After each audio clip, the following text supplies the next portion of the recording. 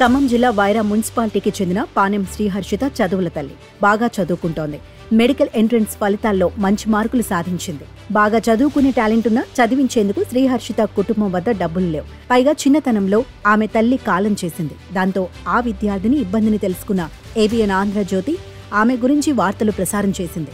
ఈ క్రమంలోనే తన చదువు కోసం దాతలు ముందుకు రావాలని, సాయం చేయాలని విద్యార్థిని కోరింది. ఏబిఎన్ ఆంధ్రజ్యోతి కథనాలతో చాలా మంది స్పందించారు. ఆమె చదువుకు అవసరమైన సాయం అందిస్తామని ముందుకొచ్చారు. కొంతమేర డబ్బును కూడా ఇప్పటికే అందించారు.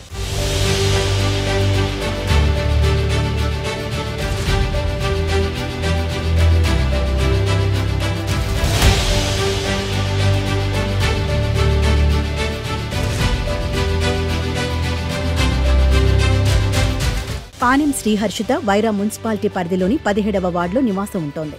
కాగా ఆమె వద్దకు వెళ్లిన వైరాకు చెందిన ఎన్ఆర్ఐ కట్టా కిరణ్ 25,000, కట్టా శేఖర్ 10,000 రూపాయల సాయాన్ని బాలిక ఇంటికి వెళ్లి అందజేశారు.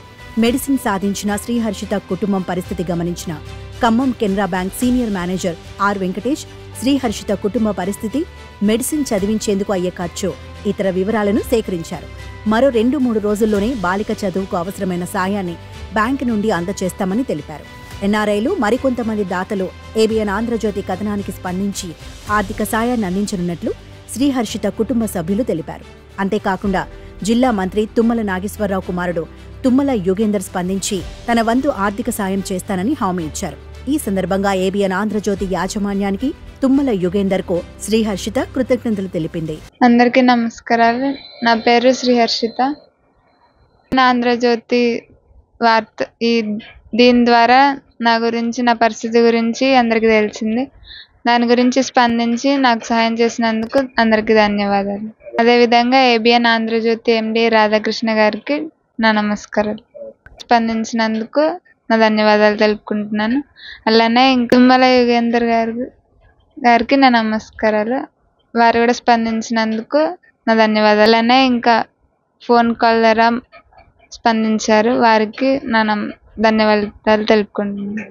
కష్టపడి చదువుకుంటే ఏదైనా సాధించవచ్చు. అమ్మాయి బిఎస్కి సీటుకి పెట్టామండి. సీటుకి పెడితే మనకి దేవుడి దయ వల్ల సీట్ వచ్చింది. సీట్ వచ్చినాక మనం ఆర్థిక పరిస్థితుల్లో ఉండబట్టి మనం బయటికి ఇచ్చేటాలకి ఇవ్వటం జరిగింది.